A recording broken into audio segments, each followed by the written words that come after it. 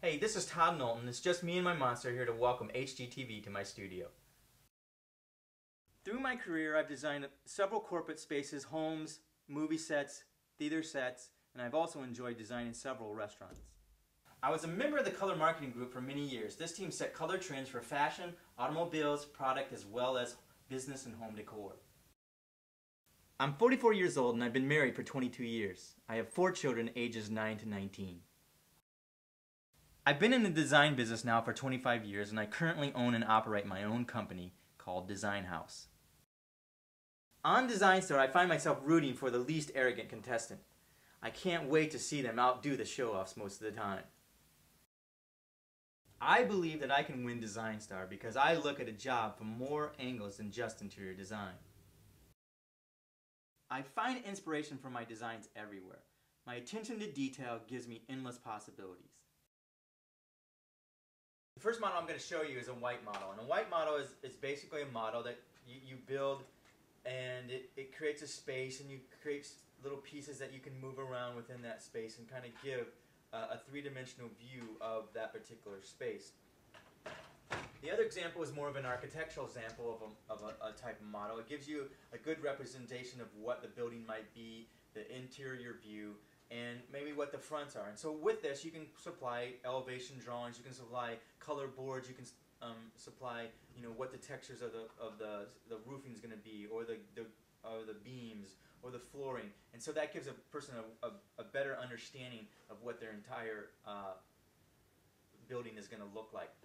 The third area I'd like to discuss in the model is a more detailed model. It's made out of foam core, and it allows you to put the textures into the model. And the textures sometimes are very important for people to see how they're going to work, and you can use simple things to get those textures. So like if you're doing a ceiling and you want to do corrugated metal, you can use fluted cardboard and just paint it silver.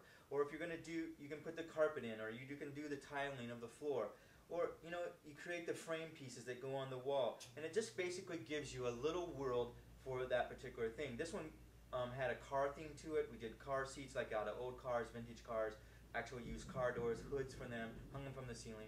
And so it gave this environment to this thing of this old nostalgic feel of the 50s era. Another thing I like to do with a model like this is that I have an open end on it, is just shine a flashlight in there, or open here, shine a flashlight here, and then they have a visual view into the atmosphere, which allows them to see very clearly what the atmosphere of the restaurant is going to be. The fourth model you're going to see, it'll just be a clip into the video. It basically shows you a really, really ornate model, one that's done to a level that you have to get investors to invest in.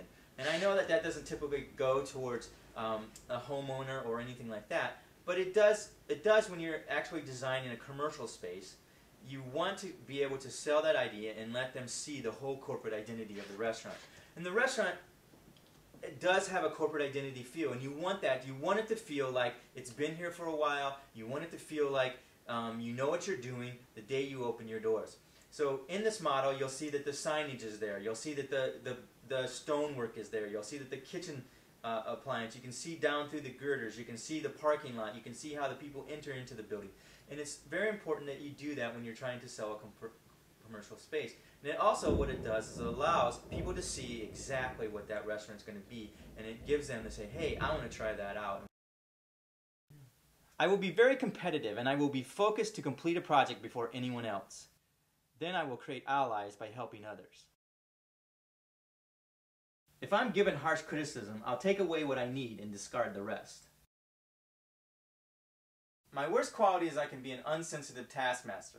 My best quality is I will finish the job at all costs. So you can see that I'm not your average interior designer. I can bring a lot more to the table than that. With all my expertise in product, visual, and environmental design, HGTV and I could create a variety of different design shows.